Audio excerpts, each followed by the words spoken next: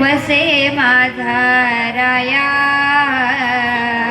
चरणी अर्पिते अजन्मही काया जगदीश्वरासी जोडली ज्याची अजन्म ख्याती प्रथम वंदिते तुम्हा शिवछत्रपती महायोग पीठे तटे भीमरथं वरं पुण्डरीकाय दातुं मुनीन्द्रैः समागत्य तिष्ठन्तमानन्दकन्दं